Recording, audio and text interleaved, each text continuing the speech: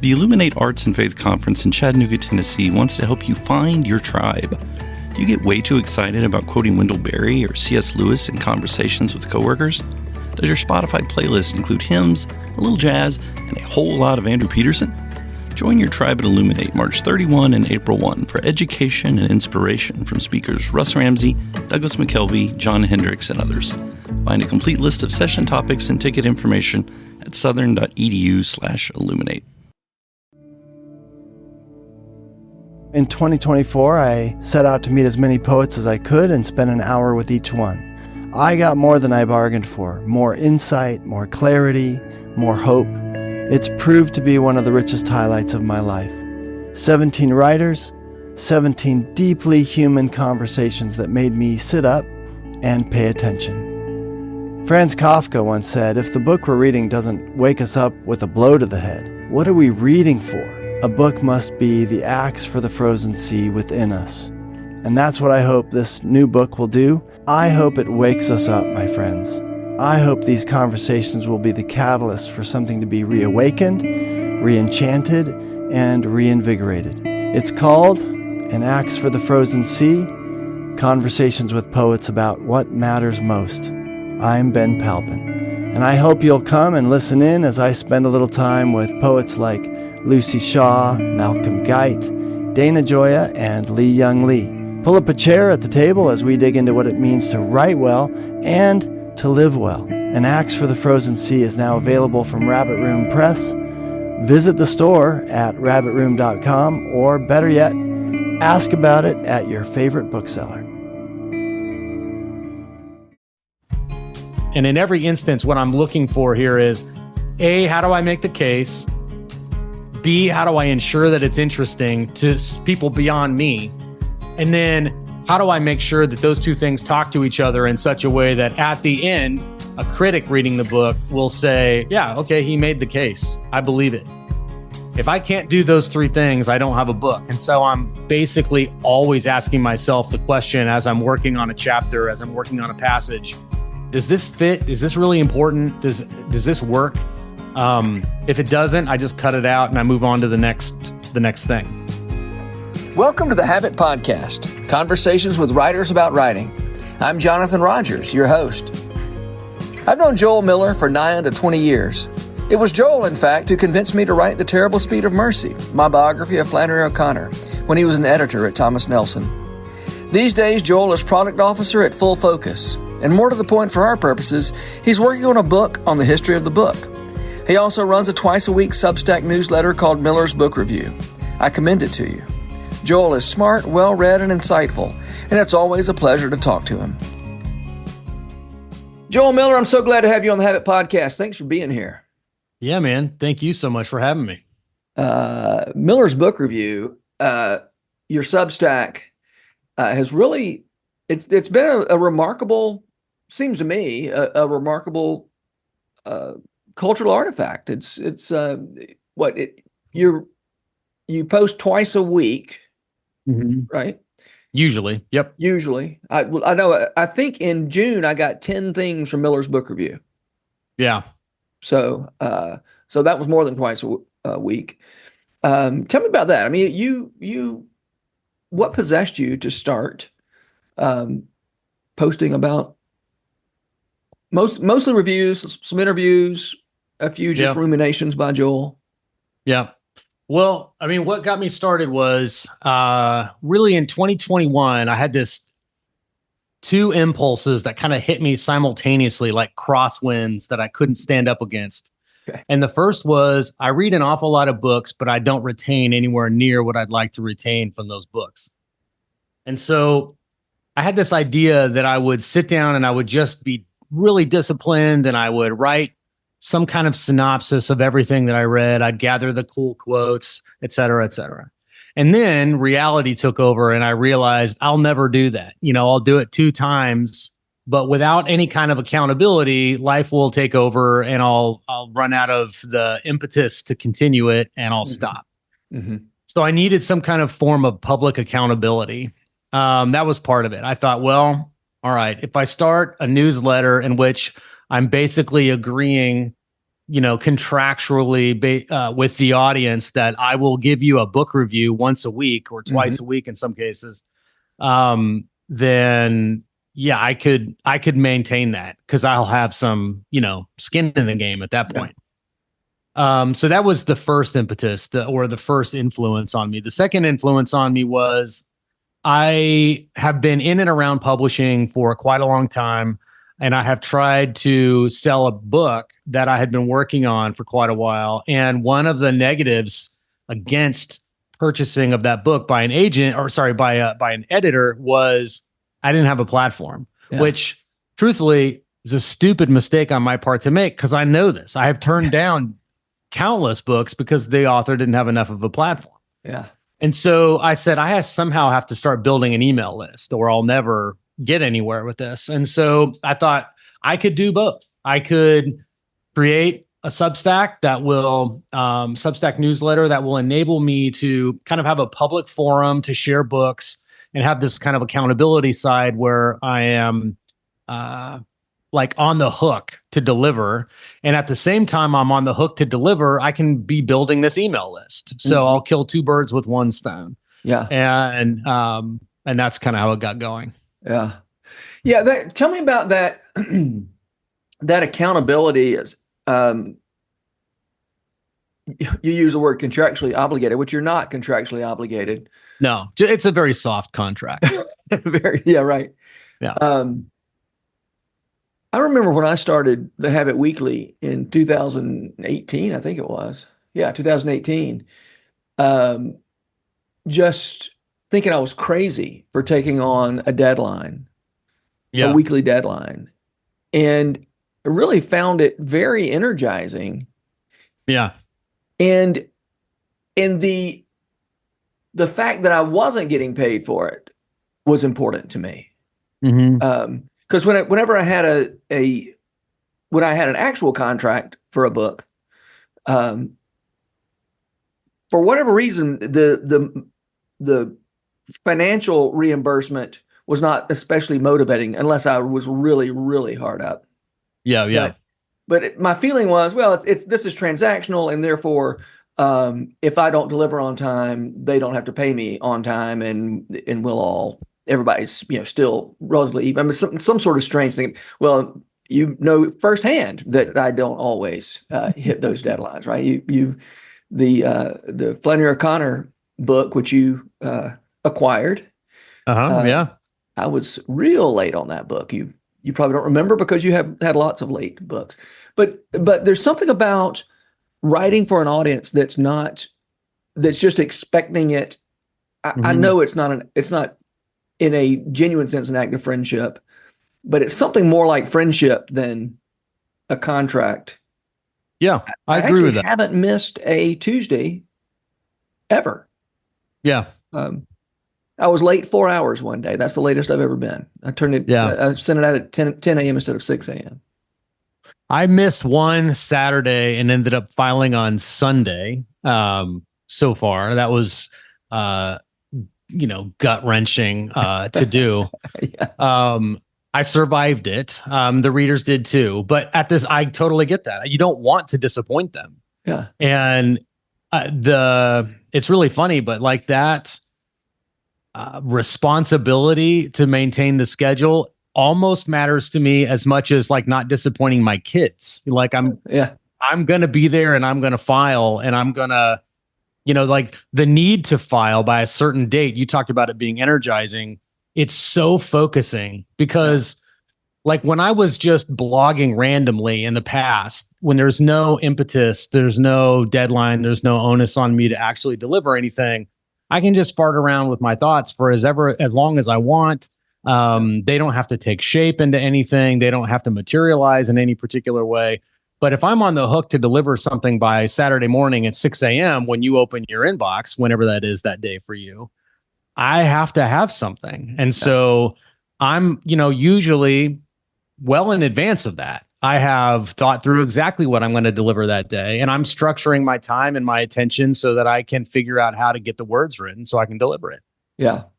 It's so helpful to say, not just sometime this week I'll deliver it, but I'm going to deliver it, in my case, Tuesday at 6 a.m. Yeah. In your case, like Saturday, and what's the other day that you send it out? Wednesday usually. So I do usually it's a book review on Saturday, and it's some kind of essay on Wednesday, or like a roundup of various links that I try to find some common themes to hold them all together. Yeah. Because I'm in the middle of actually writing a book at the moment, I have started soliciting guest posts from people in order to continue the schedule, so that I don't have to have that middle essay in the week figured out every week. I'll often have somebody backfill that. Okay. Well, let's talk about that. It's really, you are doing, besides the fact that you have a day job. Yeah. These 2 newsletters a week are pretty long, involved as newsletters go. Yeah. And then of course you're having to do a lot of reading to do that. Yeah. And you're writing a book. Talk to me about your process by which you managed to get that much done. Oh, and you've also got small children. Yeah. I sometimes joke that I have like one hobby, and that's kind of how I explain it to people when I need to do it quickly, Yeah. I don't watch television hardly ever. Not that I'm against it. There's a lot of great stuff on TV. I don't watch movies hardly ever. A lot of great movies. In fact, I just finished watching Wildcat last weekend.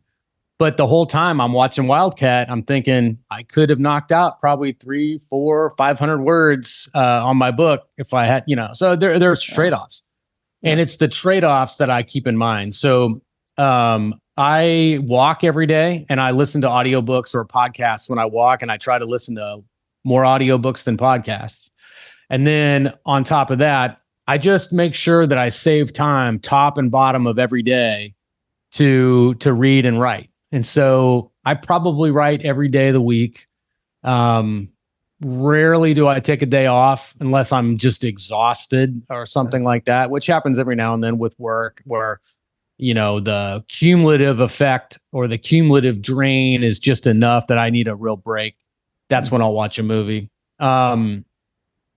But that's pretty much how I do it. I just try to ensure that I end up having 2-3 hours a day, top and bottom of the day, where I am always engaged with those words, whether I'm reading them or writing them.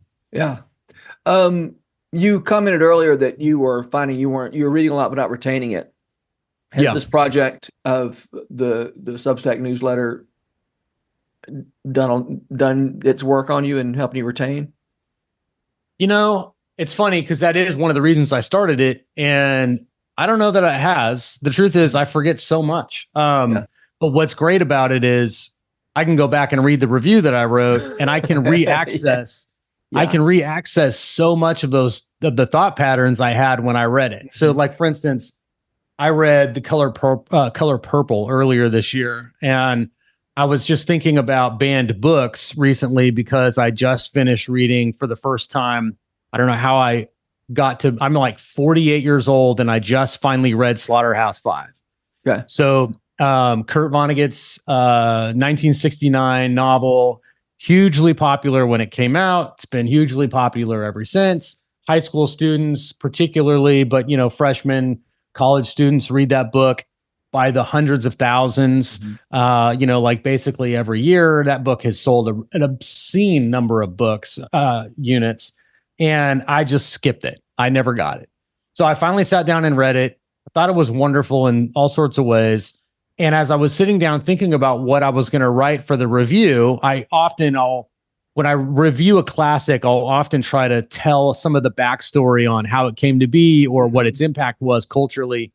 And the fact that that book has been so heavily banned or censored, or whatever unloaded word you want to use for that, restricted, I thought might be a relevant thing to bring up, which immediately brought me back to mind of The Color Purple, which had a very similar trajectory. Yeah. And so the minute I had the thought, I just went to my review, I read that, and I was like, oh, I immediately recaptured all the thoughts I had, while I read that book. I think that's one of the greatest things about keeping a running list of these, not only the books that you read in a list form, but like actual things that you've harvested from that reading. Yeah. It just makes your memory accessible again. Mm-hmm. I do so much underlining when I read, Yeah. but it almost feels like the underlining becomes a substitute for remembering and or processing what I'm like. I know it's important. That's why I underlined it. And I think I'm pretty good at knowing, what are the things that are worth underlining. Yeah. And yet I can't decide how to feel about it because it's really nice. I do often go back and see what I underlined and say, oh yeah. This is why this book was important to me. Yeah. But it's remarkable how much. I mean, it's like you just said. You read so much, you forget so much. Yeah. I It don't almost really know feels that like the way. the image is, one of those sort of industrial processes where there's maybe candle making is the word I'm looking for. You dip the candle in and Yeah. it's submerged and only a little bit sticks, but you keep sticking Yes. it in and coming out, and finally there's a candle.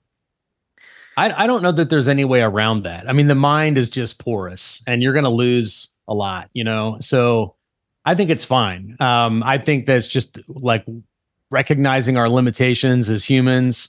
And some of us are a little better than that than others. I'm not, and so I need a lot of help. And I underline a lot. I scribble in the margins. I have little arguments from time to time with books in the pages. And sometimes I find that really helpful. Other times I can't even re-access the frame of mind I was in when I wrote those notes. And I'm not sure why I cared. And, it's just a reflection on my limits, as a human, I guess. Yeah, right. Yeah. Well, okay. You already mentioned that you proposed a book.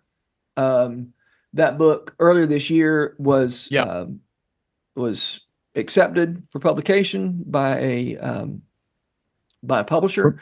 Prometheus. Prometheus. Yes, thank you. That was not coming to me. Tell me about it.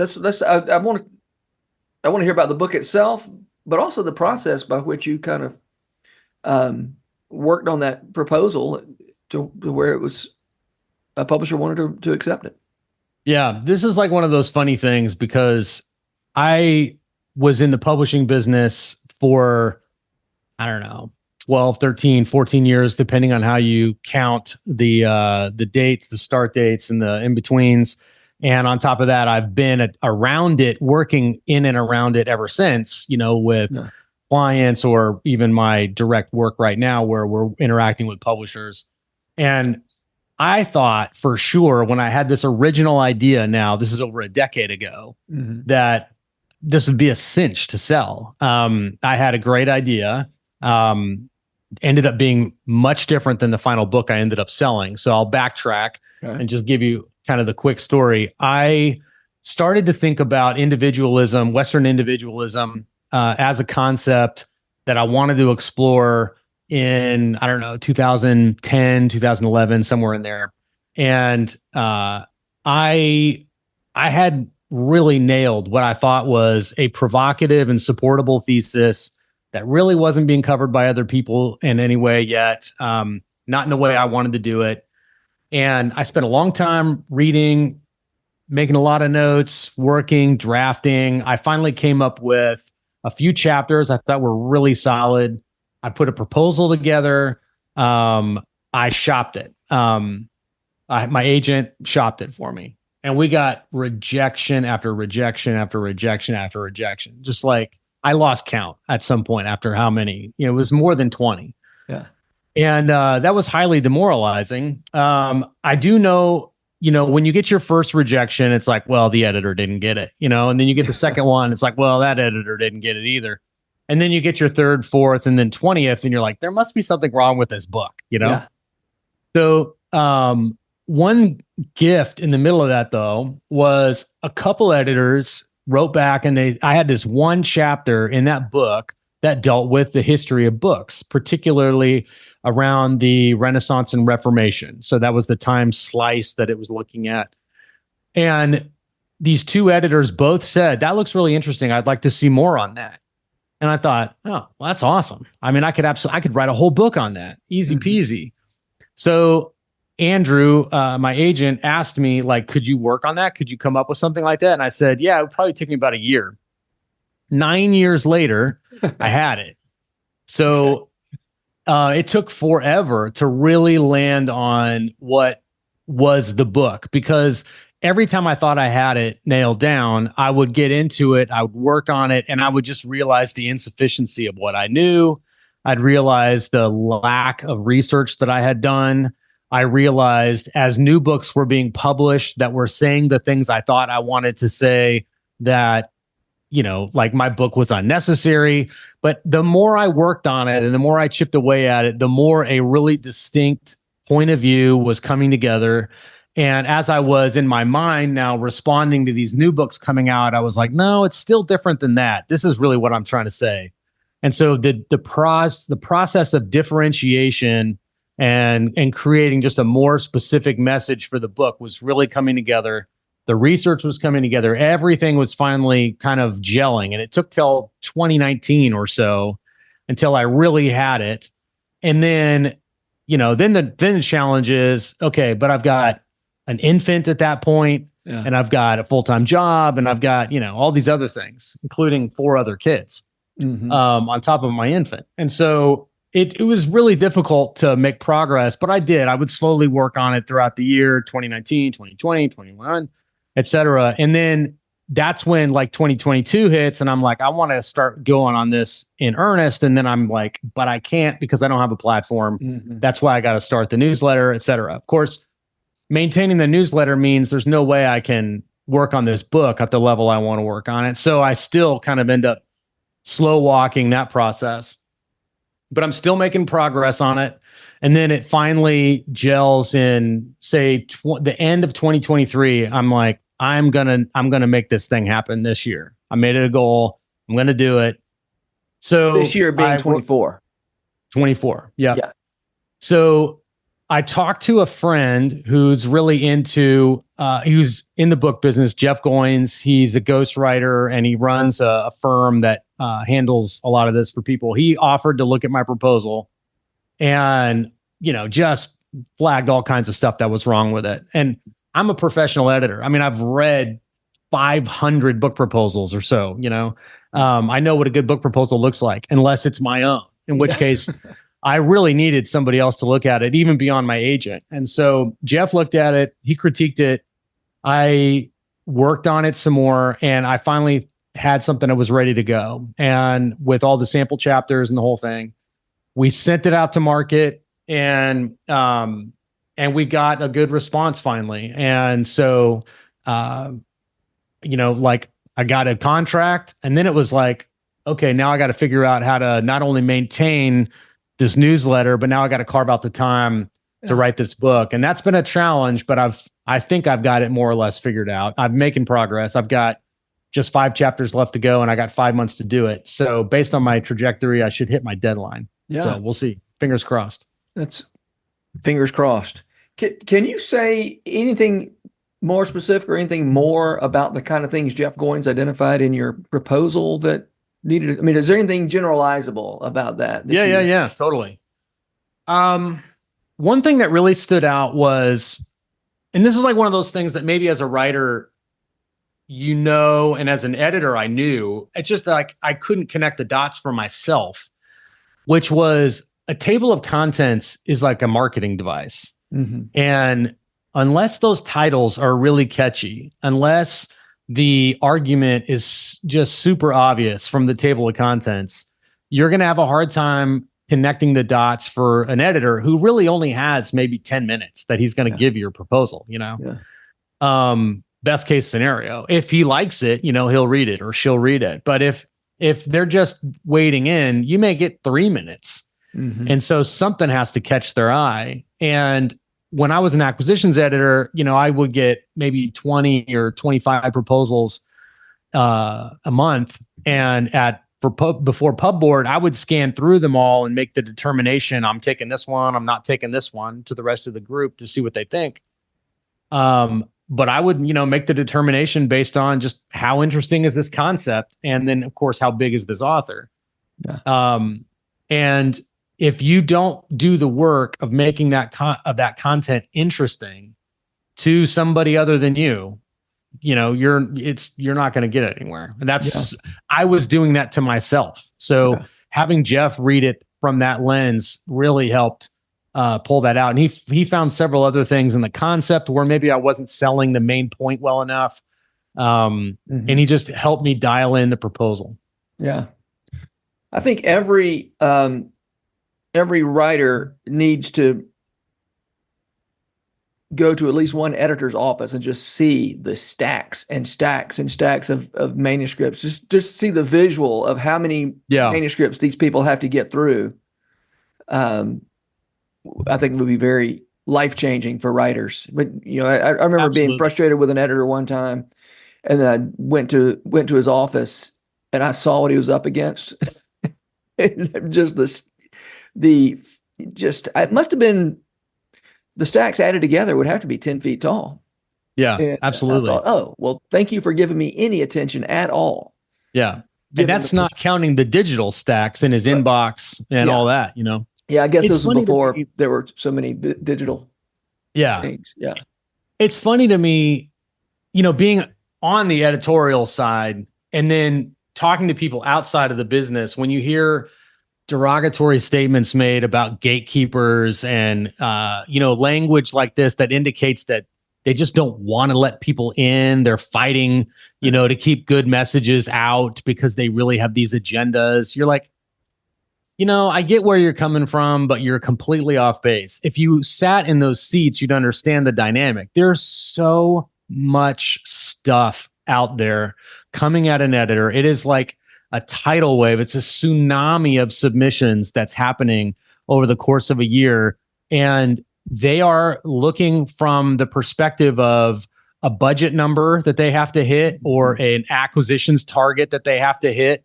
And they are looking carefully at a whole list of books that they have to balance this new submission against, and all of these considerations. And the idea that somehow somebody is being, nefarious or negative in a way that is hurting an individual submission is kind of laughable. Mm-hmm. They just don't care. They have way too many things to worry about beyond that. And they have to do that up against so much content.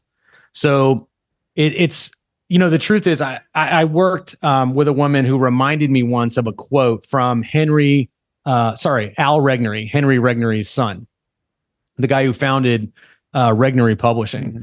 Al Regnery was a publisher at Regnery, and he was also the publisher of, for a while, maybe a long while, of the American Spectator magazine. Uh-huh. So both worlds. And he would say, most books should be magazine articles and most magazine articles shouldn't be written.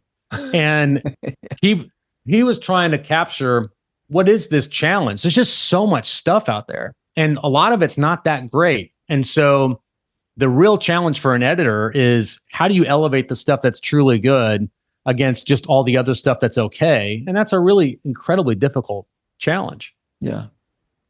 How are you ensuring that your book is not something that should have been a magazine article instead? Man. Well, that's tricky to answer in some ways because, of course, I'm on this side of that keyboard. And so I'm fighting against the impulse to put everything in it and all the other things that I would do because I'm trying to write the most interesting book I can for me only. And I'm having to ask, in service of the argument I am making, which I have the confidence of my editor to tell me, yes, that argument that you're trying to make, that's what I'm interested in. In service of that argument, what can I do to make sure that's the strongest possible argument? In other words, what's the very best version of this book? Mm-hmm. Not what is the best version of any book that I happen to write given this content. Okay. And so, because there's so many things I could put in it. This is essentially the history of the book that I am writing. But I'm not just writing a history of the book. There's been a ton of those. A lot of them really, really good, and I recommend every one of them. I'm trying to write the history of the book as an information technology. And so for me, what that means is a book that's divided into 3 basic parts. The first part tries to say, what do I mean by that?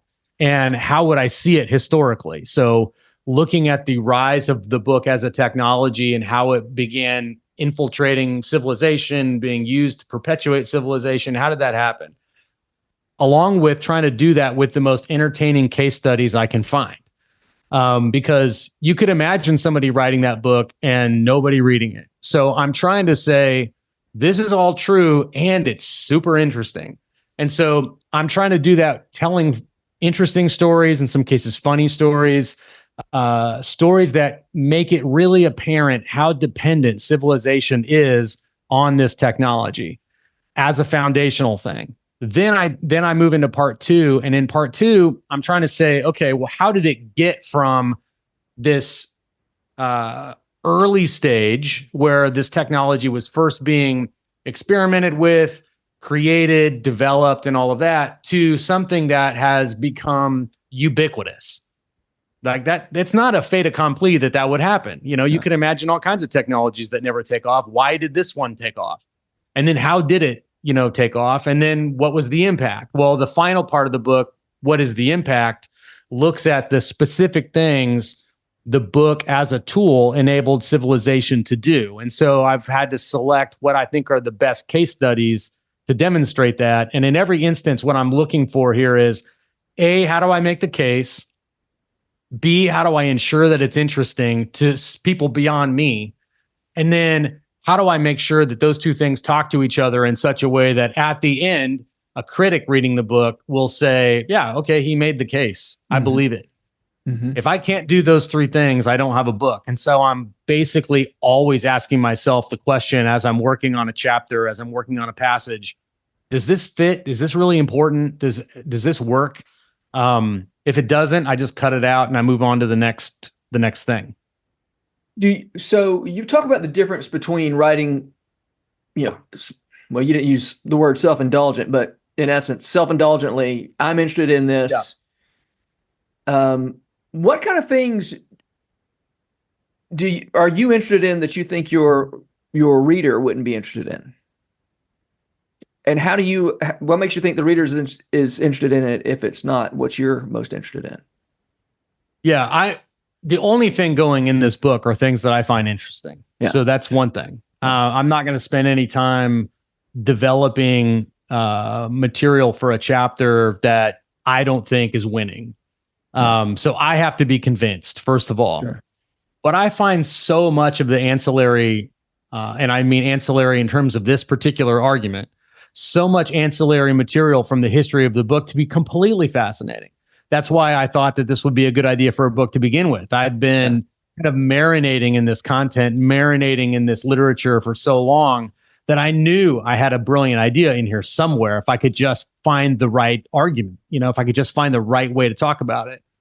And so the challenge is, how do I make sure that I'm not just there entertaining myself, I'm entertaining myself and I'm convincing you of something really valuable. Yeah. Yeah. Okay. That makes sense. That there is there's an argumentative element that's not just general purpose. I mean, if we were at a party talking, who knows what kind of anecdotes you would tell? Yeah, exactly. It's what comes to mind. Yep. Yeah. So here's a good example of that kind of book. Mark Kurlansky has written several of these kinds of books. They're honestly quite wonderful. My favorite of them is his book Salt, which is like a 500 page book on the history of salt that is meandering, that is entertaining on every page. Some people would find it infinitely boring. I find it infinitely fascinating. There really isn't an argument in it other than, hey, salt's really important. And let me give you so many facts about how important it is that you'd never doubt the question ever again. I love that kind of stuff, but I do know that that's a pretty rare author who can pull that off. I also know that probably one time that's been done is the only time it's going to be done in our lifetimes. Like Mark Kurlansky wrote that book. Nobody else is going to write that book for another 50 to 100 years. Yeah. Because he did it. Yeah. However, the same is also true for the history of the book. Keith Houston wrote a wonderful book on the history of the book. I could never write that book again because he wrote that book. So I have to write something that is that does the same kind of work that his did, but it has to make a point that's unique to me, that would be something that would separate it, would make it distinct from that. And frankly, 20 other great books on the history of books. Yeah. And so that's what I've tried to do. Are you ready to share one of your fascinating and funny stories from your book? Sure. Yeah. Oh, I'll just tell you one right now. Okay. So this is not contained in one story. This would actually be a string of stories that add up to this. So here's a great example of the kind of challenge any author is up against, but the one that I found myself up against many, many times in the writing of this book. If you I'm going to write I have actually just finished a chapter on the American founders and the way they relied upon their libraries in order to craft the founding documents of the United States. Okay. Not just in particular, like the Constitution, which James Madison did, but in general, the kinds of mental frameworks, conceptual frameworks that the various men who were debating the Constitution had in mind when they were debating it. Where did those ideas come from? They came from their reading. Mm-hmm. And there's a tremendous amount of history that's been already written on this subject. So the question is, how do I communicate the essential value of a personal library in the context of this one chapter in less than 5,000 words? When probably 500,000 words have been written about this in just a handful of books, and anybody could go get those already. Okay. I had to find a few really great anecdotes to hold it all together. And then I had to kind of find a central character for that chapter in order to really weed out a lot of other details. And I decided I would focus primarily on Thomas Jefferson because he was a bibliomaniac and a self-confessed bibliomaniac. In multiple letters, he refers to his bibliomania. He talked about his canine appetite for books in a letter to John Adams. Wait, I've got a canine. She doesn't read books at all. Yeah, well, maybe you need a different dog or something. But yeah, maybe so.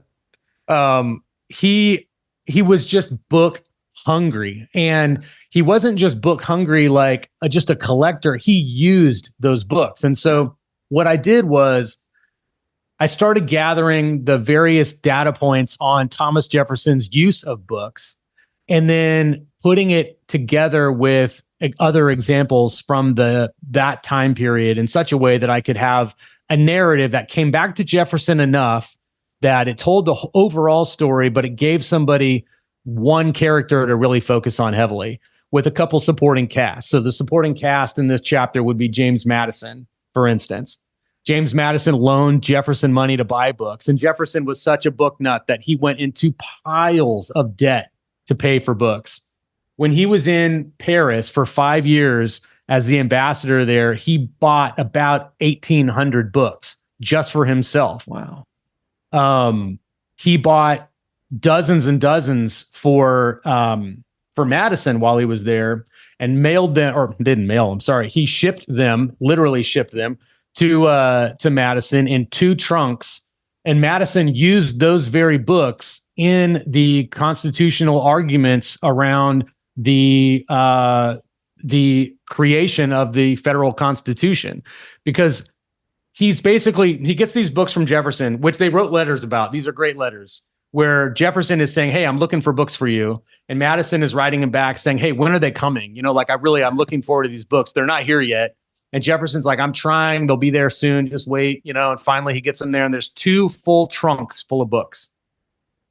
And Madison goes through these books and he starts making notes on the state of confederations in European history and how they work and don't work. There are drawbacks, there are pluses, everything.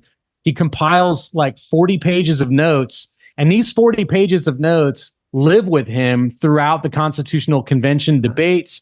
They end up being recycled into parts of the Federalist Papers, which ultimately make the case to the nation that they should ratify the Constitution, etc. That's just one instance of the way these books played a role. But Jefferson, of course, he not only has like 26 or so hundred books before he leaves for Paris. Mm-hmm. When he comes back from Paris, he's got another 1,800. He uses these books also in debates, and there's a forensic record of that also. So, for instance, there was some treaties that the United States had with France that when France declares war on Britain, when they get into a scuffle, all of a sudden now America is likely to get drawn into a fight between these two nations. And Hamilton wants to negate these treaties. And Washington, kind of siding with Hamilton, wants the rest of the cabinet to weigh in on it, but he's fairly convinced that he probably needs to negate these treaties. It's up to Jefferson to make the case, no, we cannot negate these treaties. And so he has notes that you can see in the Library of Congress where he's got these like his take in the moment on this question. He's got his own memo that he writes to George Washington, which includes side-by-side quotes of four different legal scholars on the question. So you can see where he has gone through, not only just does he have his own immediate reactions to the notes that Hamilton has given to Washington, but now Jefferson is saying, okay, I've heard what you've said. Now let me go back to my own library and I'm going to argue the point based on my own reading. And he had read more, frankly, at that point than Hamilton had on these particular authorities. And he was able to marshal a better case and he won the argument. The treaties ended up standing. And I get to make that point which, can be told in a way I think that's entertaining. And I think I've done that. But I've got like actual evidence that this is how he used his library, which is phenomenal because it's really easy to just sort of assume that people think what they think and they come to the conclusions that they come to, and then they make their case. And if you read a historical take on that moment, you may just think, well, Jefferson argued X, Y, Z, and that's how it ended up going down. But unless you know that he only got to X, Y, Z because he had read these books in advance and had an opinion with which to react, and then had the material with which to combat Hamilton's position and ultimately George Washington's leaning, without that, it could have gone differently. The book was literally the determining factor.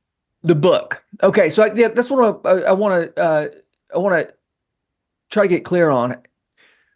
What you just described sounded like a history of ideas, but you're writing a history of books. Yep. Just give me about two more sentences to clarify how you think of those two things differently. The book is the technology by which we have access to the ideas. And not only do we have access to those ideas, it facilitates the creation of new ideas. So there is no history of ideas without books. You could imagine a history of ideas without books. It would just be an incredibly difficult history to tell, because if you were stuck with an oral recitation of what had happened in the past, it would be so much flatter than what a written history of the past can be. And what happens after mass literacy occurs beginning in the early modern period and moving on into the modern era means that so many more people have access to ideas. They can form new ideas based on all that conceptual stuff that they suddenly have access to.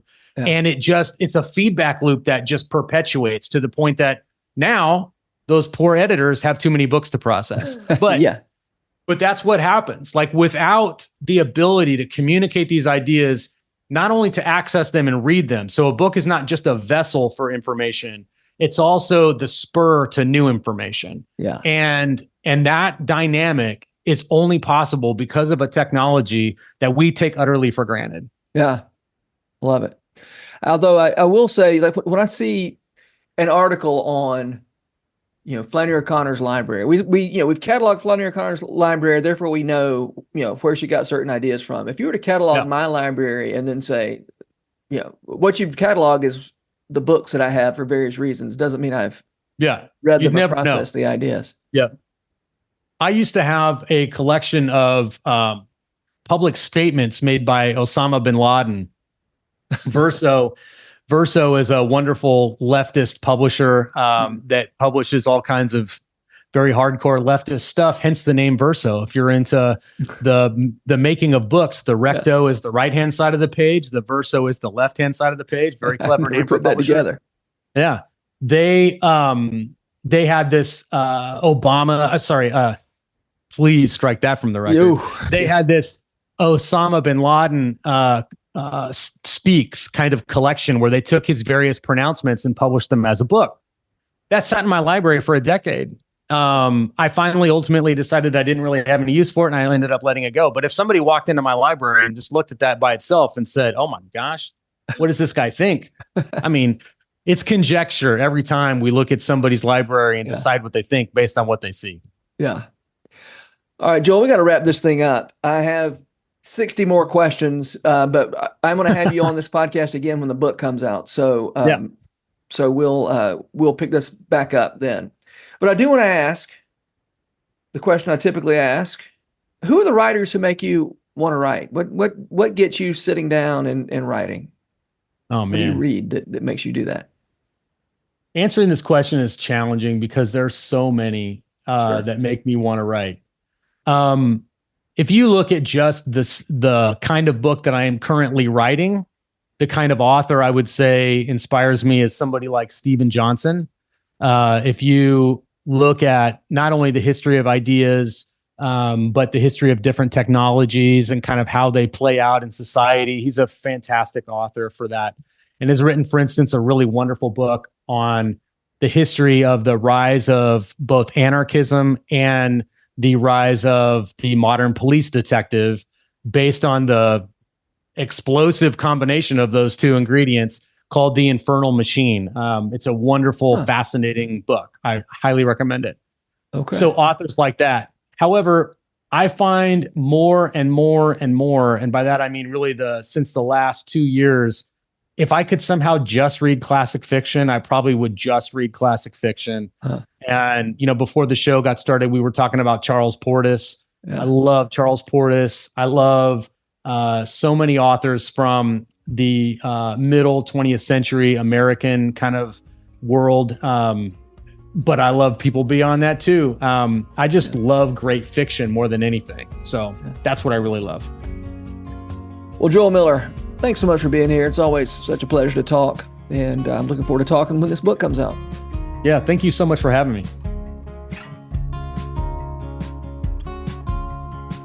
The Habit Podcast is brought to you by The Rabbit Room, where art nourishes community and community nourishes art. You can support their work, including this podcast, by becoming a member. Visit rabbitroom.com/membership. Special thanks as well to Taylor Leonard for letting us use her song Diamonds as the theme music for the Habit Podcast. You can learn more about Taylor and follow her work at taylorleonard.com. The Habit Membership is a library of resources for writers by me, Jonathan Rogers. More importantly, The Habit is a hub of community where like-minded writers gather to discuss their work and give each other a little more courage. Find out more at thehabit.co.